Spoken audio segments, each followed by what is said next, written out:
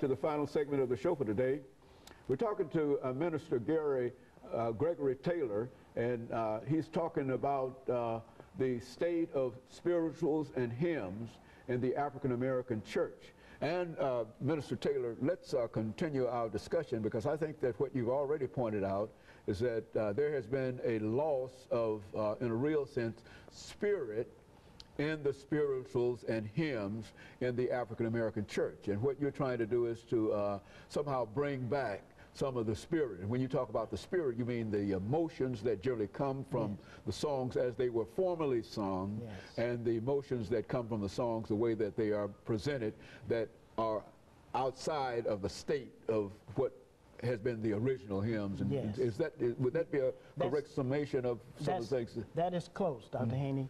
And to also enlighten more, that during the devotional period, which today is being taken out of the churches, you know, the devotion.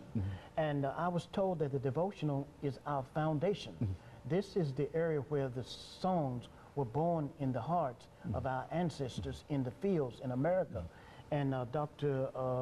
Gardner C. Taylor wrote in the book by Dr. Y.T. Walker, somebody is calling my name, that when Booker T. Washington went to Africa and came back to America, that he said that the children of Africa in the southern plantation, their music has a note, a new note in it, and this note can be traced back to suffering and sorrow, and also there's a note of joy, you know. And during the devotional period, they gave time for the Spirit to come, to pray and to sing, and to pray and to sing. And in Atlanta, Dr. Haney, when I got there, I found it hard to find the old hymns and spirituals in the devotion in church. And I was actually calling back to Alabama, to my home church, and taking in the devotion by way of telephone for 30 minutes. Then I would go out to the churches and get a message. But the devotion set the tone of the Spirit moving throughout the worship service.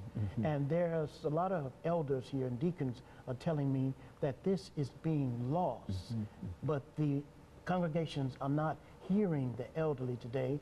They feel that they are insignificant, that their time has been put in, and they don't have anything to offer now. But where I come from, it was much different, you know, in those areas. And the other factor is in the noise. You know, I use this illustration in the book of Acts, where it said they were all gathered together on one accord in one place. And suddenly there was a rushing mighty wind that come in, and it filled the house.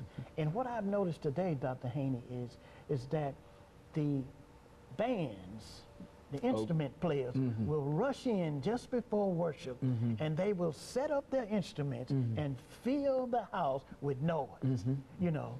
And they're not being in tune to the timing of the Spirit. Some of them can get upset, not give themselves a chance